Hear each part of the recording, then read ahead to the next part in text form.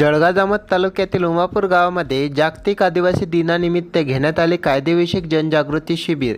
दिनांक 9 ऑगस्ट रोजी आदिवासी गाव उमापूर येथे सकाळी 8:30 वाजता बिरसा मुंडा यांच्या प्रतिमेला महिला न्यायाधीश PD मेंढे मॅडम तसेच न्यायाधीश श्री CM खारकर सर व महिला उपसरपंच सुलभाताई वाघमारे यांनी हार अर्पण करून कार्यक्रमाला सुरुवात केली।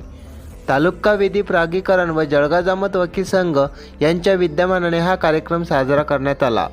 महिला न्यायाधीशांनी जागतिक आदिवासी दिनाच्या शुभेच्छा देऊन महिलांवर होणाऱ्या अत्याचाराबाबत, शिक्षणाबाबत व स्वच्छतेबाबत माहिती दिली।